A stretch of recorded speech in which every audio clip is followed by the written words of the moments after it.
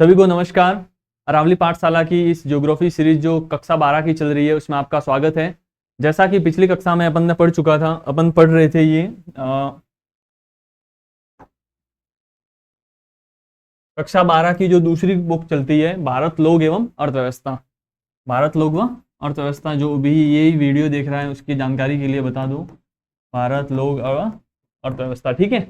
उसमें भारत लोग एवं अर्थव्यवस्था, उसमें यूनिट चल रही है ये वाली, जनसंख्या, वितरण, घनत्व, वृद्धि एवं संगठन।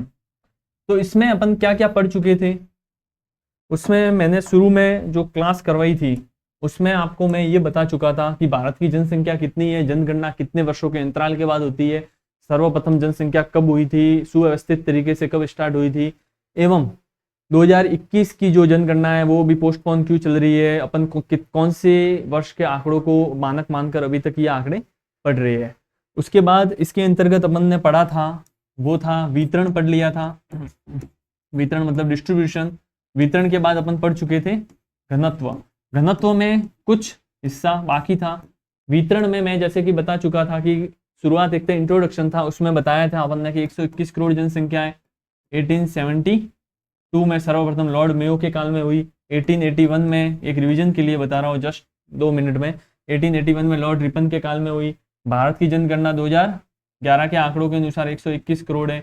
इसके अलावा अपन ने पढ़ा था कि इसका डिस्ट्रीब्यूशन कौन से इलाकों में ज़्यादा है, तो अपन ये पढ़ चुके थे जो कि मैदानी भाग है, मतलब नदियों के किनारे वाले डेल्टा भाग है, वहाँ पे इसका डिस्ट्रीब्यूशन ज़्यादा है। तो डिस्ट्रीब्यूशन में सबसे पहले अपन पढ़ा था कि जनसंख्या, सर्वाधिक जनसंख्या यूपी में है, फिर महाराष्ट्र में है, महाराष्ट्र के बाद बिहार में है, बिहार के बाद वेस्ट बंगाल में है। ये मैंने याद करने का आपको स्पेशल बोला था कि ये बिल्कुल आप याद कर लीजिए। इसके बाद वितरण में 3-4 चीजें अपन ने बताई थी कि वितरण को प्रभावित करने वाले कारक क्या थे, तो कि जल की प्राप्यता होनी चाहिए, परिवहन का विस्तार होना चाहिए, बाकी ये कारण थे कुछ जिसके आधार पर जनसंख्या क्या होती है, प्रभावित होती है। कुछ अपवाद भी अपन ने बात की थी। उसके बाद फिर अपन आए थे घनत्व। तो घनत्व को अपन ने बताया था कि प्रति स्क्वायर किलोमीटर में रहने वाले लोगों की संख्या, तो इसका मैंने आपको लिखवाया था प्रति इकाई क्षेत्र में रहने वाले व्यक्तियों की संख्या।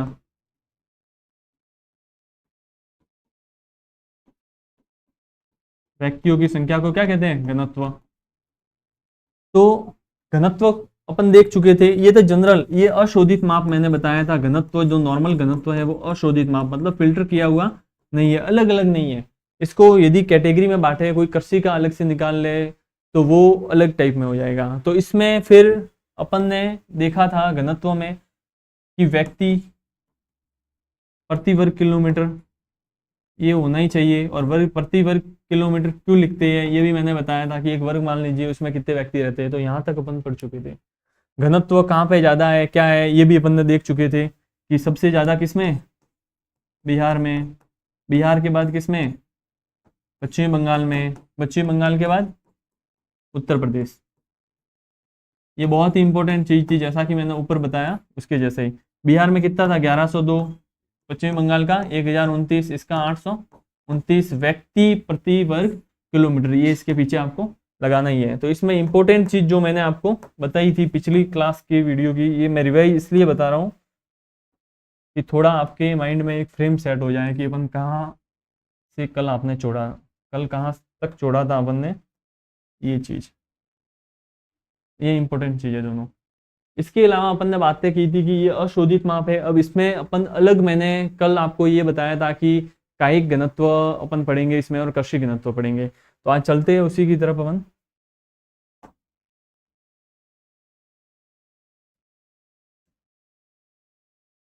अब आप देखिए, ये वितरण के घनत्व का मैंने कल आपको बताया था। जैसा कि आप देख सकते हो कि यूपी का जो पोर्शन है वहां पे आपको ये लाइनिंग क्या दिख रही होगी, डार्क दिख रही होगी।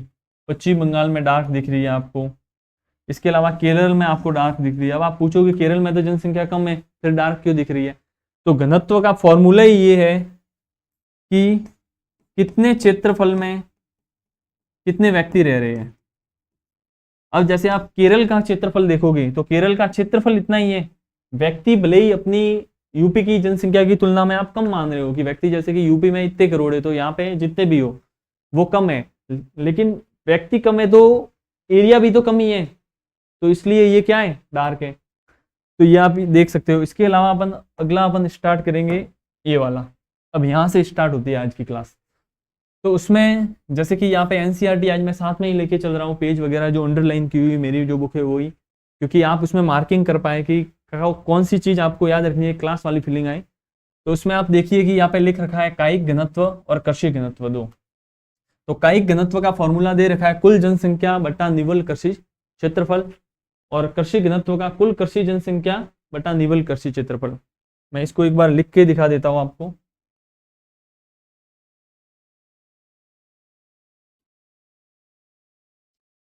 कायिक घनत्व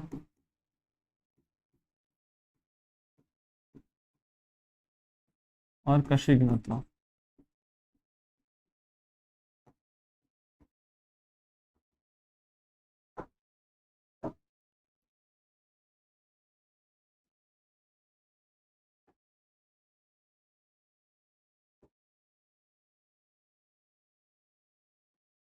कुल जनसंख्या,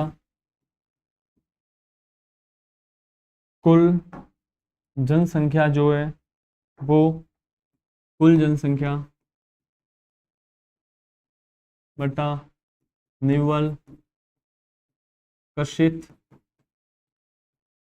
क्षेत्रफल, इसको बोलेंगे नेट एग्रीकल्चर एरिया। निवल मतलब नेट। अब आगे आगे अपन देखते हैं कि कृषि घनत्व। कृषि घनत्व में कुल कृषि जनसंख्या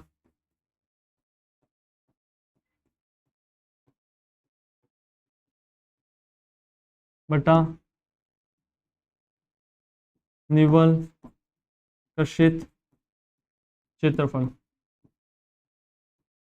इसमें आप एक चीज नोट करोगे, जैसे कि अपन को कोई भी जनरल घनत्व की बात करता है तो अपन बात करेंगे कुल जनसंख्या बटा कुल क्षेत्रफल, तो वो बताएगा कि व्यक्ति प्रति वर्ग किलोमीटर में कितने व्यक्ति रह रहे हैं, इसलिए अपन को ये आइडिया लग जाएगा। अब आगे ये दो टर्म्स दे रखी है, कायिक घनत्व और कृषि घनत्व। ये एक शोधित माप है, वो अशोधित माप था, फिल्टर किया हुआ, अलग किया हुआ नहीं था। इसको फिर थोड़ा स्पेसिफाई किया, किसके संदर्भ में किया, कृषि क्षेत्रफल। उसमें अपन ने ऐड किया था, जैसे कि आप देखते हो कि भारत का जो भी एरिया है,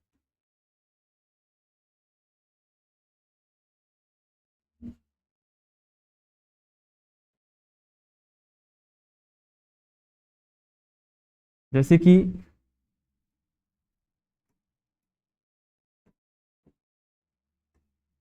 कि आप यहाँ पे देख पा रहे हो,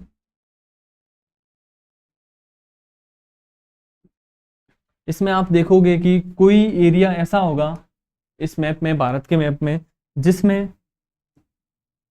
कहीं पे कृषि जो होती होगी, ये वाला एरिया आप मैदानी चित्र ले लोगे तो यहाँ पे कौन सा एरिया है, कृषि वाला एरिया है। यहाँ पे अधिकतर जनसंख्या है वो किस पे निर्भर है, कृषि पे निर्भर है। कई ऐसा चित्र होगा वहां पे कृषि वाली जनसंख्या निर्भर नहीं होगी, वहां पे फैक्ट्री का क्षेत्रफल ज्यादा होगा, तो उसको ध्यान में रखते हुए इसको स्पेसिफाई किया है। इसमें जैसे कि आप देखोगे कायिक घनत्व में निवल कृषि क्षेत्रफल, उसमें केवल नीचे आपको टोटल एरिया नहीं रखना है, उसमें अपन घनत्व में क्या रख रहे थे, कुल क्षेत्रफल रख रहे थे। इसमें लिख रहे हैं नेट एग्रीकल्चर एरिया, खाली जो कृषि का क्षेत्रफल है वो इसमें लिखना है। और जनसंख्या किसको भाग देना, ऊपर रखना है टोटल जनसंख्या, तो इसको बोलेंगे अपन कायिक घनत्व। मतलब एग्रीकल्चर जो भूमि है जितने भी, जैसे कि मान लीजिए आप कि कोई भी गांव की भूमि है 1000 स्क्वायर किलोमीटर, 1000 स्क्वायर किलोमीटर, ये टोटल गांव की भूमि हो गई। अब इसमें मान लीजिए कि आप 500 लोग रह रहे हैं, 500 लोग रह रहे हैं, 500 व्यक्ति।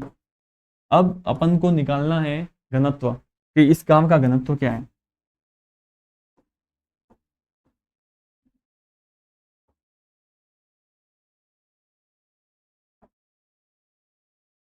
तो घनत्व के आपने फॉर्मूला क्या देखा था, सबसे ऊपर अपन क्या रखते हैं, सबसे ऊपर क्या रखेंगे, क्षेत्रफल या व्यक्ति, सबसे ऊपर रखेंगे व्यक्ति, मतलब 500 व्यक्ति, 500 व्यक्ति है, और क्षेत्रफल कितना है 1000, तो ये इसका क्या आ जाएगा, कितना आएगा 0.5। मतलब आप इसमें देख पाओगे कि 0.5 व्यक्ति क्या आएगा प्रति वर्ग किलोमीटर। प्रति वर्ग किलोमीटर में कितने व्यक्ति आ रहे हैं? 0.5 व्यक्ति आ रहे हैं। अब ये तो हो गया जनरल घनत्व। अब यदि अपन इस संदर्भ में बात करें कायिक घनत्व और कृषि घनत्व, तो आप मानो एक ये खाली मैं एग्जांपल के तौर पर आपको बता रहा हूं, जैसे कि 1000 स्क्वायर किलोमीटर का कोई गांव ले लिया, उसमें 500 व्यक्ति रहते हैं, तो इसका घनत्व कितना आ जाएगा? ऊपर अपन क्या रखेंगे? जनरल घनत्व के फॉर्मूले में ऊपर जनसंख्या रखेंगे, नीचे क्या रखेंगे? एरिया रखेंगे। जैसे कि आप इसमें देख सकते हो, मैं इसमें भी आपको एक बार बता देता हूँ। इसमें भी ये फॉर्मूले लिखे हुए हैं, वो वाला शायद पिछला पेज नहीं है जनरल घनत्व का, तो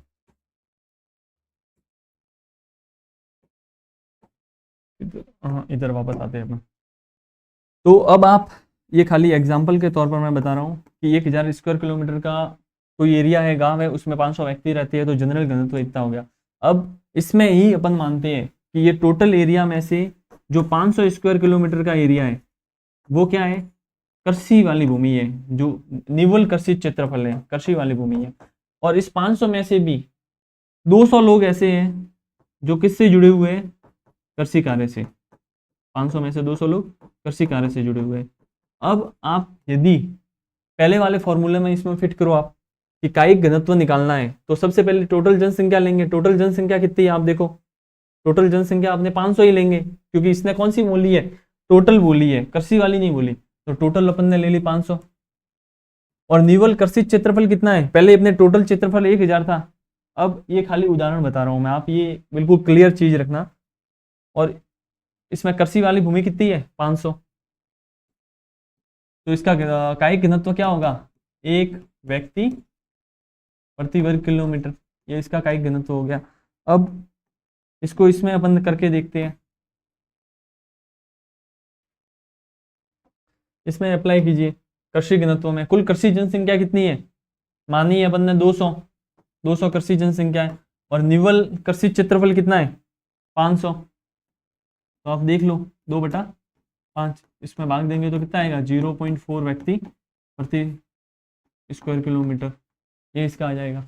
तो कहने का मतलब यही है कि जो जनरल घनत्व है वो अलग है, कायिक घनत्व में टोटल जनसंख्या बटा नेट एग्रीकल्चर एरिया रखते हैं, और कृषि घनत्व में कुल कृषि में कितनी जनसंख्या लगी हुई है और नेट कृषि का एरिया कितना है, उसके आधार पर निकाला जाता है। तो उम्मीद है आप एक बार वापस रिवर्स करके वीडियो देख लेना, ये कि ये एग्जाम्पल मैंने दिया है केवल उदाहरण के तौर पर, मैंने एज्यूम करके दिया है कि इतना इतना अपन मानते हैं, बाकी ऐसे कोई ऐसे सटीक उदाहरण नहीं है कि भारत के संदर्भ में मैं बात कर रहा हूँ। इसके बाद अपन आगे चलते हैं नेक्स्ट टॉपिक पे। नेक्स्ट टॉपिक जैसे कि आप इसमें आओगे तो आपको दिखेगा कि ये कायिक घनत्व और अपन ने पढ़ लिया। इसके बाद आप, आज मैं ये एनसीईआरटी साथ ही लेके चल रहा हूँ बिल्कुल, ताकि ये पता चले कि हाँ बिल्कुल साथ ही है, नहीं तो बोर्ड एग्जाम के दृष्टिकोण से ये क्लास फिर हो नहीं पाएगी, मैं बोर्ड पे वैसे पढ़ाऊंगा तो जनसंख्या की वृद्धि। अब वृद्धि देखने के लिए इसमें एक परिभाषा लिखी हुई है, आप बिल्कुल बुक सामने रख के ही देखना। इसमें परिभाषा लिखी हुई है, जनसंख्या वृद्धि दो समय बिंदुओं के बीच किसी क्षेत्र विशेष में रहने वाले लोगों की संख्या में परिवर्तन को कहते हैं। फिर आगे लिखा हुआ है, इसे परसेंटेज में अभिव्यक्त किया जाता है, मतलब कितने प्रतिशत हुई। फिर इसके जनसंख्या वृद्धि के 2 घटक होते हैं, इसमें बताया गया है कि एक घटक होता है प्राकृतिक, जो इसमें लिखा हुआ है नेचुरल, और दूसरा इसमें लिखा है अभिप्रेरित या इंड्यूस्ड। ठीक है, प्राकृतिक वृद्धि का विश्लेषण अशोधित जन्म तथा मृत्यु दरों पर करते हैं, बहिर्वर्ती संचलन की अंतर्वर्ती था बहिर्वर्ती संचलन की प्रवृत्ता द्वारा स्पष्ट किया जाता है, अभिप्रेरित को इससे स्पष्ट किया जाता है। फिर भारत में जनसंख्या की वार्षिक वृद्धि दर 1.64% है। अब इसको अपन थोड़ा समझ लेते हैं इस पैराग्राफ को। ये कहना चाहता है कि यदि कोई भी 2 वर्ष ले लिए, कोई भी 2 समय बिंदु ले लिए, आप कोई भी मान सकते हो। आज जैसे कि साल चल रहा है 2024, तो अपन मान लो कि 2021 2 समय बिंदु ले लिए, 2021 से 2024, इनके बीच में किसी क्षेत्र विशेष में, क्षेत्र विशेष अपन ने ले लिया क्या? राजस्थान। क्षेत्र विशेष ले लिया राजस्थान। 2 समय बिंदुओं के बीच में किसी क्षेत्र विशेष में होने वाले जनसंख्या में परिवर्तन, होने वाले जनसंख्या परिवर्तन, जनसंख्या में परिवर्तन, तो क्या कहते हैं? जनसंख्या वृद्धि। अब जनसंख्या वृद्धि को भी इसने दो भागों में बांटा है, प्राकृतिक एवं अभिप्रेरित। तो ये आप समझ सकते हो कि दो बिंदु कोई भी पॉइंट ले सकते हैं, लेकिन भारत की जो जनगणना है उसके आधार पर अपन 10 साल पे जनगणना करते हो, तो दो बिंदु कौन से लेंगे यहाँ पे लेंगे तो 2011 और 2021 ले सकते हो आप। 2011 से लेके 2021 ले लो, 2001 से 2011 ले सकते हो, फिर 1991 से वापस 2001 ले सकते हो। तो विभिन्न 10 वर्षों के अंतराल पे करते हो तो वो बिंदु लेंगे। अब इसमें एक चीज और इसने बता रखी है, जनसंख्या वृद्धि में ही, जनसंख्या वृद्धि में लिख रहा हूं, जनसंख्या वृद्धि के दो घटक बताए हैं इसने, प्राकृतिक मतलब नेचुरल,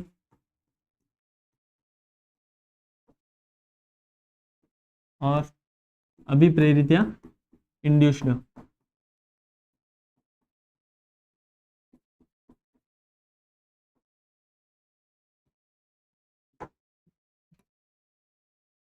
अब प्राकृतिक वृद्धि क्या है? प्राकृतिक वृद्धि वो कहलाती है जो जन्म एवं मृत्यु दर से होती है। इसमें एक एग्जैक्ट लाइन लिखी हुई है, वही मैं यहाँ पे लिखता हूँ। ये किसके कारण होती है? अशोधित जन्म व मृत्यु दर के कारण, अशोधित जन्म व मृत्यु के कारण। और इसमें लिखी हुई है अंतर्वर्ती व बहिर्वर्ती संचलन की प्रबलता के कारण। अब जो आप शब्द ये अभी मैं समझाऊंगा इसको, संचलन की प्रबलता के कारण, अब इसको समझेंगे तब आपको ये बिल्कुल एक्यूरेट समझ में आ जाएगा। लेकिन आपको शब्द थोड़े ये स्पेशल जो मतलब सब्जेक्ट के हिसाब से होते हैं वो शब्द आपको लिखने हैं, क्योंकि आपके रिटन एग्जाम होगा। यदि यही ऑब्जेक्टिव एग्जाम होता तो आपको बस खाली केवल ध्यान में रखने हैं, लेकिन रिटन में आपको, यदि आप प्रश्न जो आएंगे 12th के जो विद्यार्थी देख रहे हैं उनको मैं कहूंगा कि जो प्रश्न आएंगे यदि आप उसमें थोड़े अच्छे शब्द है वो लिखोगे परिभाषा के हिसाब से तो अच्छी मार्किंग मिलेगी। तो प्राकृतिक क्या है? जो अशोधित जन्म व मृत्यु दर के कारण होती है। मतलब कोई भी, जैसे कि एक गांव है उसमें किसी एक निश्चित समय अंतराल टाइम स्पेन में, जैसे कि जनसंख्या 1000 जनसंख्या थी और 200 नए बच्चों का जन्म हो गया, तो 200 नए बच्चों का जन्म हो गया तो वो कौन सी जनसंख्या वृद्धि दर कहलाएगी? प्राकृतिक। यदि कोई गांव है या शहर है, स्पेशली ये शहर के लिए होगा, गांव दोनों के लिए अपन देख सकते हो, जैसे कि आप देखो कि ये है गांव, एक मैंने देख बता लिया, और ये है शहर। अब आपने देखा होगा कि प्रवास होता है, ये माइग्रेशन, रोजगार की तलाश में हो, एक अच्छी जिंदगी की ख्वाहिश की तलाश में हो, या फिर अन्य किसी भी कारण से क्या होता है, गांव से शहरों की तरफ प्रवास होता है। प्रवास भी कई टाइप के होते हैं, शहरों से गांव की तरफ भी होता है, वो भी आपके टॉपिक में है, अपन आगे देखेंगे मानव भूगोल में। तो गांव से शहर की तरफ प्रवास होगा तो गांव की जनसंख्या क्या होगी? कम, और शहर की जनसंख्या क्या होगी? बढ़ जाएगी। और यदि शहर से गांव की तरफ प्रवास होता है तो गांव की जनसंख्या बढ़ेगी और शहर की कम होगी। तो अभिप्रेरित है, मतलब ये ऑटोमेटिक नेचुरल, इसमें प्रकृति का कोई योगदान नहीं है, इसको क्या है, बढ़ाया जा रहा है, इसलिए इसको बोलते हैं अभिप्रेरित या इंड्यूस्ड। इसमें देखो अंतर्वर्ती या बहिर्वर्ती संचलन की प्रबलता पर, मतलब गांव के अंदर ही कितना एक दूसरे से दूसरे जगह संचलन हो रहा है, या फिर गांव से बाहर कितना संचलन हो रहा है, उसकी इंटेंसिटी, उसकी तीव्रता कितनी है, प्रबलता कितनी है, उसके ऊपर डिपेंड करेगा। तो दो टाइप इसमें लिख लिए। अब कोई बोलेगा ये अशोधित जन्म व मृत्यु दर क्या होती है, तो इसका मैं फॉर्मूला आपको लिखवा लेता हूं आए तो। अशोधित जन्म दर,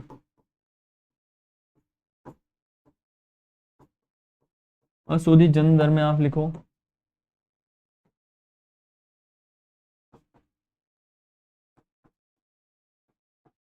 किसी वर्ष में जन्मे बच्चों की संख्या, बच्चों की संख्या बटा वर्ष के मध्य में, वर्ष के मध्य में कुल जनसंख्या, कुल जनसंख्या इंटू 1000।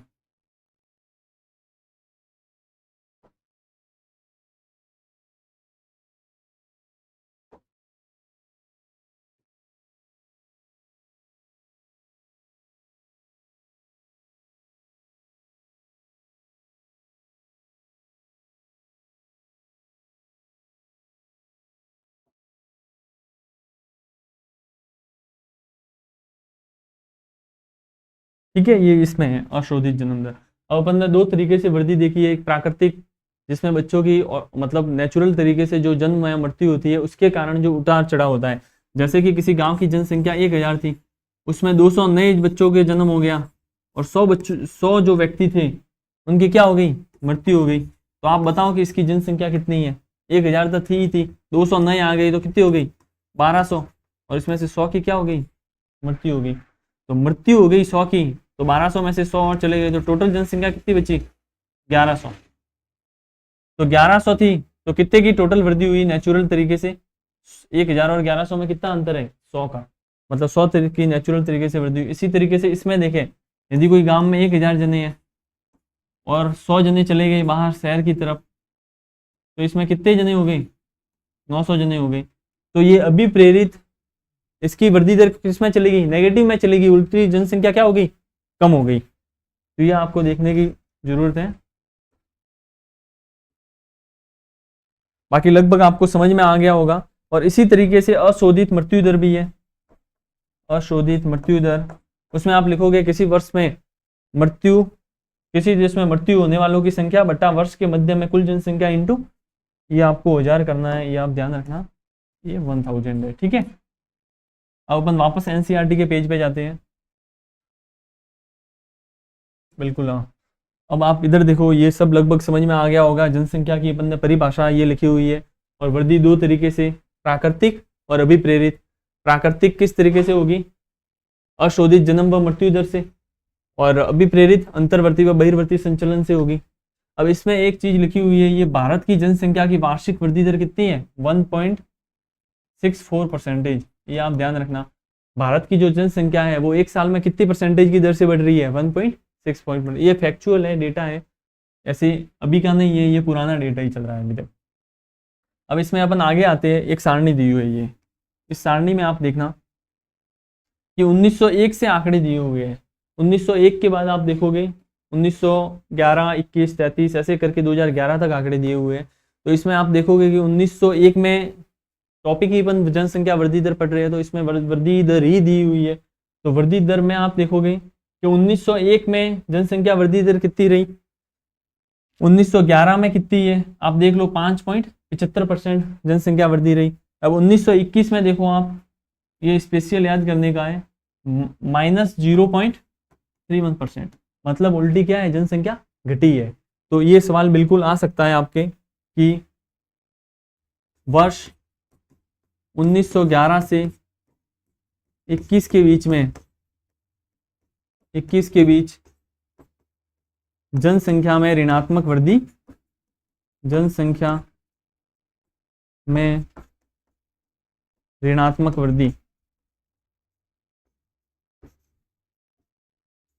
ठीक है, अब ऋणात्मक वृद्धि कितनी हुई, 0.31%, 1911 से 21। अब इसके पीछे कारण क्या है कि जनसंख्या में ऋणात्मक वृद्धि भारत में क्यों हुई। इसके पीछे कारण यही है कि 1914 से जो वर्ल्ड वॉर चल रहा था, द्वितीय विश्व युद्ध, द्वितीय विश्व युद्ध में भारत किसका सपोर्ट कर रहा था, ब्रिटेन का। दो राष्ट्रों के बीच, दो शक्तियों के बीच में जो विश्व युद्ध चल रहा था, उसमें दो केंद्र बन गए थे, एक धुरी राष्ट्र बन गए थे, एक मित्र राष्ट्र बन गए थे। तो धुरी राष्ट्र और मित्र राष्ट्रों के बीच जो शक्ति संघर्ष चल रहा था, उसमें भारत ने सपोर्ट किया था किसका, ब्रिटेन का, ब्रिटेन का सपोर्ट किया। अब ब्रिटेन का सपोर्ट खाली कहने से होगा नहीं, यहाँ से आर्मी भेजनी पड़ेगी। आर्मी भेजने के लिए यहाँ से युवाओं को भेजा गया, युवाओं को भेजा गया, तो एक बड़ी संख्या में युवा आबादी, बड़ी संख्या में युवा आबादी क्या हुई, यहाँ से स्थानांतरित हुई। अब बड़ी संख्या में युवा आबादी स्थानांतरित हुई तो जनसंख्या में कमी होना लाजमी है। कई शहादत हुई वहाँ पे, और कई वापस भी नहीं आए, और वापस नहीं आए तो प्रजनन क्षमता हुई, वो क्या हुई, प्रभावित हुई। तो उसके कारण 1911 से 21 के बीच में क्या हुआ, वृद्धि दर कम हुई। तो 1921 में वृद्धि दर कितनी रही, -0.31। ये समझने की बात है। अब एक आप इसमें ये याद कर लो, 2011 की कितनी है, 17.64। ये प्रश्न डायरेक्ट ये भी आ सकता है कि वर्ष 2011 की जनगणना के अनुसार भारत में जनसंख्या की वृद्धि दर कितनी है, तो आप कितना लिखोगे, 17.64%। अब 17.64% आपने लिखा है, तो शुरू में भी मैंने बताया था कि जनसंख्या वृद्धि को किसमें मापा जाता है, प्रतिशत में मापा जाता है। अब नीचे आप देखोगे इसमें लाइन में तो लिखा हुआ है कि P2 minus P1 upon P1 into 100, जनसंख्या 10 की है, जनसंख्या वृद्धि दर। इस फॉर्मूले को अपन थोड़ा देख लेते हैं। इसमें लिखा हुआ है G is equal to P2 minus P1 upon P1 into 100। 100 किसके लिए अपन लगाते हैं? हमेशा प्रतिशत निकालने के लिए क्या लगाते हैं? 100। आपने पहले पढ़ा ही होगा। अब इसमें एक चीज ये दे रखी है, G मतलब ग्रोथ, वृद्धि दर, ठीक है।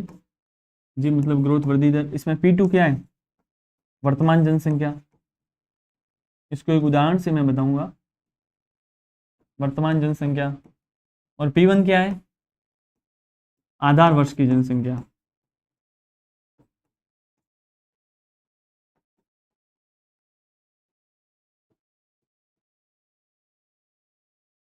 अब वर्तमान जनसंख्या, जैसे कि मान लीजिए कि मैंने एक टाइम स्पैन लिया है 2001 से 2011 के बीच में। अब आप देखोगे कि अभी जो 2011 की जनगणना है तो वो कुछ टाइम की होगी, 2011, तो इसको क्या माना होगा? वर्तमान। और किसकी तुलना में ये बड़ी है? तो अपन देखेंगे 2001 की तुलना में 2011 में कितनी बड़ी है। तो अपन ने थोड़ी देर पहले ही पढ़ा है 17.64%। तो जिसकी तुलना में अपन, जैसे कि कोई भी ग्रोथ भी देखते हैं कि आमदनी में इतनी वृद्धि हुई, तो एक बेस मतलब रखा होता है कि उस बेसिक के आधार पर बताते हैं कि इसकी तुलना में ये वृद्धि हुई। तो उसमें अपन ने देखा है कि 2001 की तुलना में 2011 में जनसंख्या में कितनी वृद्धि हुई? 17.64%। तो ये उसी तरीके से बेस किसको रखा है? P1 को, और P2 वर्तमान और P1 नीचे। जैसे कि अपन ने ये देखा कि 2001 में किसी भी, मैं एक गांव का उदाहरण जैसे देता हूँ, 2001 में किसी गांव की जनसंख्या कितनी थी? 1000 अपन मान के चलते हैं। और 2011 में उसकी जनसंख्या कितनी हो गई?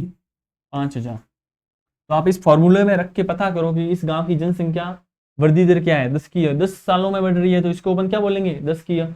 एक साल में अपन को निकालनी है तो ये वार्षिक बोल देंगे। अब लिखेंगे G is equal to P2 मतलब क्या है? वर्तमान। तो वर्तमान कितनी है? 5000। कुल मिला के जो ज़्यादा होगी वो वर्तमान ही होगी।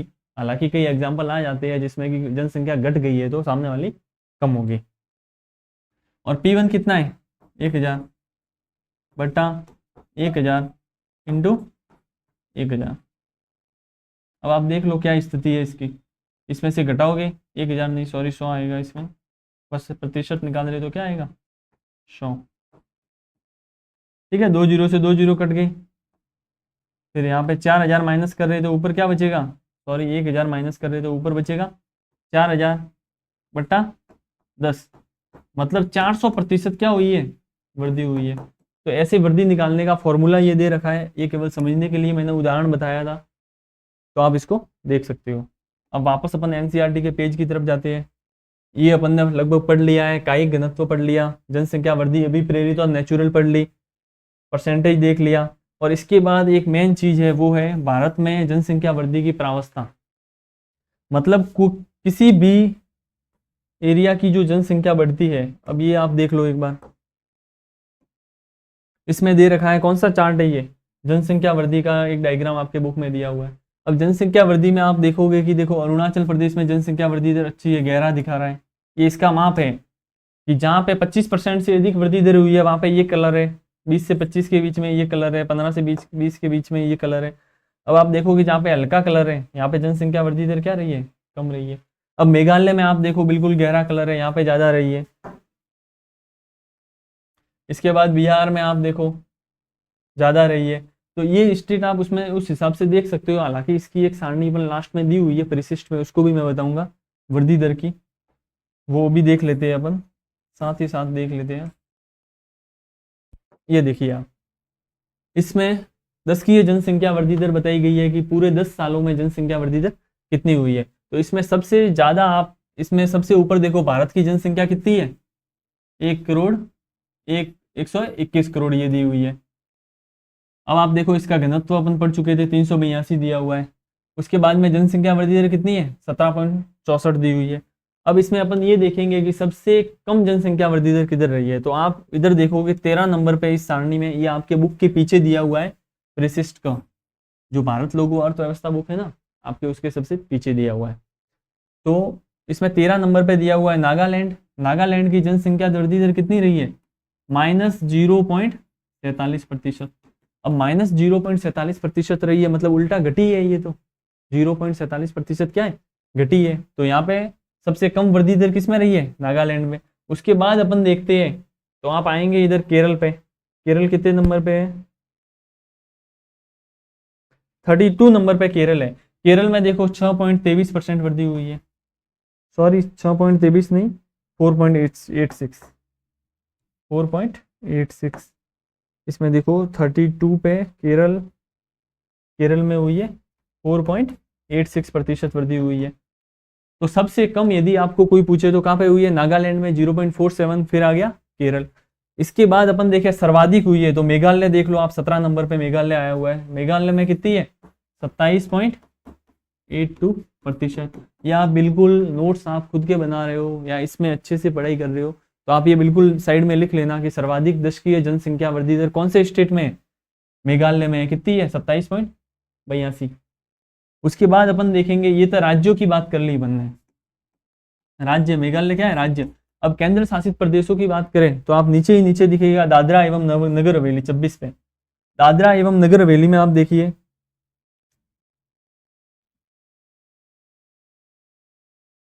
55.50, कितनी? 55.50% जनसंख्या वृद्धि दर हुई है। किधर? दादरा एवं नगर हवेली।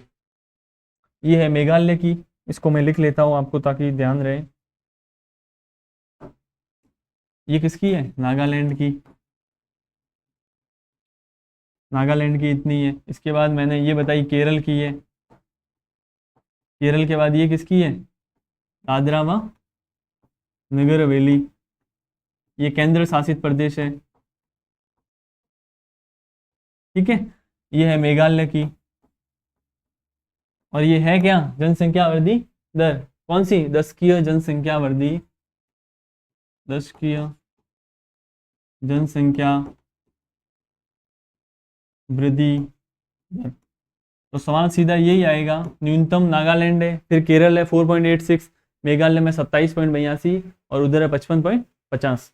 तो ये ध्यान रखने का चार्ट था, ये लास्ट में आपके। और आप बाकी स्टेट की भी इसमें देख सकते हो, जैसे कि आप इसमें राजस्थान को देखोगे तो राजस्थान ये इसमें है, ये 21.44 दिया हुआ है। अब आप एनसीईआरटी का अगला पेज लीजिए।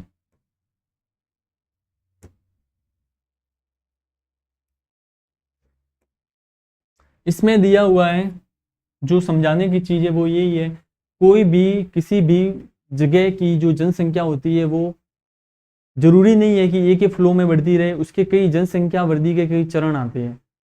आगे यदि आप आगे की कक्षाओं में जाओगे तो जनसंख्या वृद्धि का जो सिद्धांत आता है उस सिद्धांत में ये बताते हैं कि शुरू में कैसे स्थिर जनसंख्या रहती है, जन्म मृत्यु दर बराबर रहती है, फिर धीरे धीरे जनसंख्या वृद्धि होती जाती है और लास्ट में जनसंख्या विस्फोट का काल आता है। तो भारत के संदर्भ का अपन ये बुक पढ़ रहे हैं, तो इसमें भारत में जनसंख्या वृद्धि किन चरणों से गुजरी, कितने स्टेप से, क्योंकि अचानक से तो बढ़ती नहीं है। तो इसमें 4 भागों में बांटा गया। कितने? 4 भागों में। पहली प्रावस्था कौन सी बताई गई है, ये आपको अच्छे से याद करना है। देखिए, पहली प्रावस्था 1901 से लेके 21 तक, दूसरी 1921 से 51 तक, तीसरी 1951 से लेके 1981 तक, और चौथी 1981 के 50। तो पहली जो अवस्था थी उसमें आप देखिए 1901 से 21 तक इसने बात की है। तो उस टाइम क्या होता था, जैसे कि जनसंख्या वृद्धि दर भी ज़्यादा होती थी। वृद्धि दर ज़्यादा होने के पीछे कारण क्या होता था कि लोग पढ़े लिखे ज़्यादा होते नहीं थे, स्त्रियां भी पढ़ी लिखी ज़्यादा होती नहीं थी, उनको बाकी जानकारियां नहीं होती थी। तो इस कारण से जनसंख्या में वृद्धि क्या होती है? ज़्यादा हो जाती थी। और इसके पीछे कारण ये होता था कि व्यक्ति को, जो श्रमशील व्यक्ति होता था, जैसे कि गरीब व्यक्ति होता था, वो उनके लिए ये माना जाता था कि उसके जैसे कि बच्चे जितने ज़्यादा होंगे उतने ही उसके कमाने के क्या हो गए? सोर्स। इसलिए वो ज़्यादा बच्चे पैदा करना पसंद करते थे, इसलिए जन्म दर क्या हो गई? ज़्यादा हो गई। लेकिन जन्म दर ज़्यादा होने के बाद आप एक चीज़ नोट करोगे कि उस टाइम इतनी साइंस मेडिकल टेक्नोलॉजी भी विकसित नहीं हुई थी और बेहद गरीबी की स्थितियाँ थी, इसलिए इलाज भी प्रत्येक तक संभव नहीं था। इसके कारण मृत्यु दर और जन्म दर दोनों क्या थी? हाई थी। यदि 10 बच्चे जन्म ले रहे थे तो 10 मर भी रहे थे। तो इसलिए इस प्रावस्था को क्या कहा गया है? रुद्ध अथवा स्थिर प्रावस्था। मतलब न तो बढ़ रही थी जनसंख्या और न ही कम हो रही थी। तो इसकी विशेषता में आप क्या लिखोगे? पहली प्रावस्था है 1901 से 21, तो इसको क्या कहा गया है, रुद्ध या स्थिर, मतलब जैम एक तरीके से न तो बढ़ रही थी और न ही घट रही थी। कारण क्योंकि जन्म दर भी उच्च थी, जैसे कि जन्म दर इतनी है तो मृत्यु दर भी इतनी ही थी, तो दोनों क्या हो गए, जितने जन्म लिए उतने मर गए, तो मतलब सेम रही। तो ये रहने के पीछे कारण क्या बताया गया है कि ये निरक्षरता थी। देखो निरक्षरता थी, निम्न स्वास्थ्य चिकित्सा सेवाएं, अधिकतर लोगों में निरक्षरता, भोजन अन्य आधारभूत सुविधा क्या थी, अपर्याप्त थी। अब दूसरा चरण इसने लिया है 1921 से लेके 1951। इसमें क्या है, स्थिर वृद्धि का काल, मतलब एक फिक्स रेट से क्या है, स्थिर, वो तो रुद्ध या स्थिर जनसंख्या थी, मतलब जैम थी, ना तो बढ़ रही थी ना कम।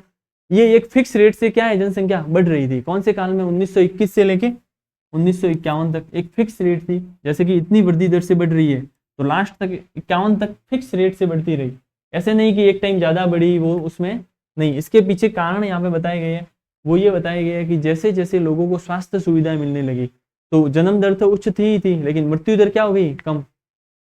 जैसे कि लोग स्वास्थ्य सुविधाएं मिलने के कारण उनकी मृत्यु दर क्या होगी, कम, मृत्यु दर कम हो गई। और जन्म दर तो क्या थी, उच्च थी, जन्म दर तो उच्च थी और मृत्यु दर क्या होगी, कम। इससे जनसंख्या में क्या हो गया, एक स्थिर फिक्स रेट से आगे बढ़ने लगी। तो इसके कारण क्या बताया गया है, मृत्यु दर को नीचे ला दिया, इसके कारण ये होगी। अब तीसरा है 1951 से लेके कहाँ तक, 1981 तक। अब 1981 को इसको कहा जाता है जनसंख्या विस्फोट का काल। अब ये बहुत इंपॉर्टेंट लाइन है, आप इसको अंडरलाइन कर लेना। इसे जनसंख्या विस्फोट की अवधि कहा जाता है। अब जनसंख्या विस्फोट की अवधि क्यों कहा जाता है, कि जन्म दर में वृद्धि तो हुई लेकिन मृत्यु दर बहुत ज़्यादा कम हो गई, क्योंकि काफ़ी मात्रा में चिकित्सा सुविधा इनको मिलने लगी। अब देखो मृत्यु दर में तीव्र कमी आ गई तथा जनसंख्या में उच्च प्रजनन दर के कारण इसको क्या कहा जाता है, जनसंख्या विस्फोट की अवधि। तो मैं यहाँ पे जैसे लिख रहा हूँ, जनसंख्या विस्फोट की अवधि। जनसंख्या विस्फोट की अवधि कितनी है, अवधि क्या है, 1951 से लेके 1981 तक। कारण कि उच्च प्रजनन दर हुई और मृत्यु दर बहुत कम हो गई, किसके कारण, चिकित्सा सुविधा मिलने के कारण, इसमें ये बताया गया है। अब इसमें बढ़ने के 2-3 कारण बताए गए हैं। एक तो क्या बताया, चिकित्सा सुविधा,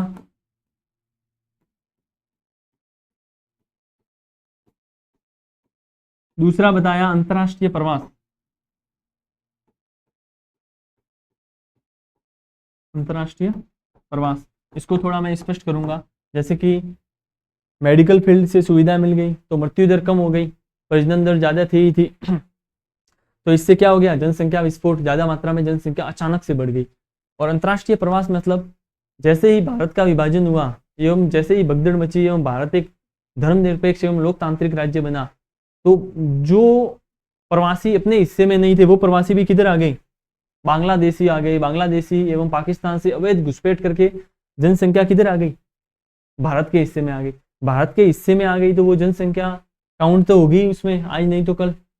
जैसे कि कुछ सालों पहले ही रोहिंग्या का वो मामला चल रहा था कि अवैध घुसपैठ जो असम एवं उस तरफ चल रही है, मिजोरम मेघालय की तरफ, तो वो कारण क्या था, बाहर से लोग आके बस रहे हैं तो यहाँ की घनत्व क्या है, जनसंख्या का बढ़ रहा है, तो इसलिए इसको जनसंख्या विस्फोट के कारण के पीछे कारण क्या माने गए हैं, चिकित्सा सुविधा और अंतर्राष्ट्रीय प्रवासी। आप पढ़ोगे तो इसमें यही सब टोटल दिया हुआ है। अब इसमें भारत की औसत वृद्धि दर कितनी हो गई, 2.2%, ये आप अंडरलाइन कर लेंगे। मतलब जनसंख्या विस्फोट के काल के अंतर्गत भारत की वृद्धि दर कितनी थी, 2.2%। और कुछ देर पहले ही मैंने आपको बताया कि भारत की वृद्धि दर कितनी है, 1.64%, मतलब इस उस टाइम ज़्यादा थी। अब आप आगे देखोगे 1981 के पश्चात, ये देखो पाकिस्तान का दिया हुआ है, यहाँ पे बांग्लादेश का दिया हुआ है। 1981 के पश्चात धीरे धीरे क्या होगी, जनसंख्या मंद गति से घटने लगी, क्योंकि जन्म दर में क्या आ गई, गिरावट। जैसे जैसे परिवार नियोजन कार्यक्रम चलने लगे, लोगों को विभिन्न प्रकार के परिवार नियोजन कार्यक्रमों से जोड़ा गया एवं गर्भ निरोधक उनका प्रचार किया गया, तो फिर क्या हो गया, जनसंख्या वृद्धि क्या होगी, धीमे होने लगी। अशोधित मतलब जन्म दर अधोमुखी, मतलब जन्म दर की अधोमुखी, मतलब जन्म दर क्या हो गई, डाउनफॉल हो गई। तो इसमें इसके पीछे कारण क्या बताया गया है, जन्म दर गिरने के पीछे 1981 का जो कालखंड है उसमें बताया गया है कि स्त्रियों में शिक्षा आ गई, धीरे धीरे लोग समझते चले गए और विवाह की आयु बढ़ा दी गई। यदि किसी की 18 साल की जैसे कि एज में शादी होती है, उस टाइम जैसे कि 14 साल में होती है, तो फैमिली प्लानिंग की वजह से 35 साल या 40 साल तक आते आते उनके 6-7 बच्चे हो जाते थे। अब विवाह की आयु जनरली आयु 25-30 वर्ष है, तो उससे भी क्या हुआ, जन्म दर क्या हो गई, नीचे गिर गई। अब यहाँ पे विश्व विकास रिपोर्ट है, उसके आधार पर 2025 तक भारत की जनसंख्या कितनी आ जाएगी, 135 करोड़। उसके बाद यदि जनसंख्या में क्षेत्रीय विभिन्नता है, ये अपन टॉपिक वीडियो लंबा होने के कारण अपन कल डिस्कस करेंगे क्षेत्रीय विभिन्नताओं के टॉपिक। तो आप ये अभी तक जो आपने देखा उसको एक बार मैं वापस ये 4 भारत के संदर्भ में, भारत में जनसंख्या वृद्धि की 4 प्रावस्था, जनसंख्या वृद्धि की 4 प्रावस्था तो कौन कौन सी है, 1901 से लेके 1921, फिर देख लो 1921 से लेके 1951, फिर 1951 से लेके 1981 और फिर 1981 से लगातार। इसमें आप ये लिखा हुआ है, देखो ये सेम टू सेम लिखा हुआ है कंप्लीट, ठीक है। अब इसमें मैंने क्या चीज़ बताई थी, उच्च जन्म दर व उच्च मृत्यु दर थी, उसके पीछे कारण भी मैंने बताए थे, अशिक्षा वगैरह वो बताए थे। इसमें इस कालखंड को क्या बताया था, इसको बताया था रुद्ध व स्थिर जनसंख्या थी, रुद्ध व स्थिर जनसंख्या पहला पॉइंट इसमें था। और दूसरा पॉइंट इसमें क्या था, रुद्ध एवं स्थिर जनसंख्या, उच्च जन्म व मृत्यु दर, ये इसमें पॉइंट था। और इसमें था स्थिर दर से वृद्धि, स्थिर फिक्स रेट से मतलब बढ़ रही थी क्योंकि मेडिकल सुविधा मिलने लगी थी। इसे जनसंख्या विस्फोट की अवधि,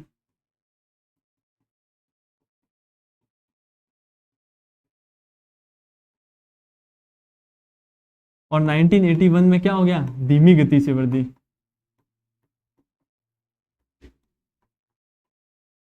धीमी गति से वृद्धि। तो जो ये पार्ट लिखा हुआ था यहाँ तक आप देख सकते हो, यहाँ तक इसका सार यही है कि भारत में जनसंख्या 4 तरीके से 4 स्टेज में बांटा अपन ने। इस टाइम में ये जनसंख्या घटनाएं घटित हुई और किस तरीके से बढ़ी। उम्मीद है कि आपको समझ में अच्छे से आ गया होगा। लेक्चर ज़्यादा लंबा ना हो इसलिए यही आज समाप्त करते हैं, और आगे का जो है वो कंटिन्यू अपन चलते रहेंगे। और मैं खाली समझाने के दृष्टिकोण से आपको एक्सप्लेन कर रहा हूँ, और इसके नोट्स आपको बिल्कुल उपलब्ध करवा दिए जाएंगे हैंड रिटन अच्छे से तैयार करके, ताकि आपको अच्छा आंसर कैसे लिखे।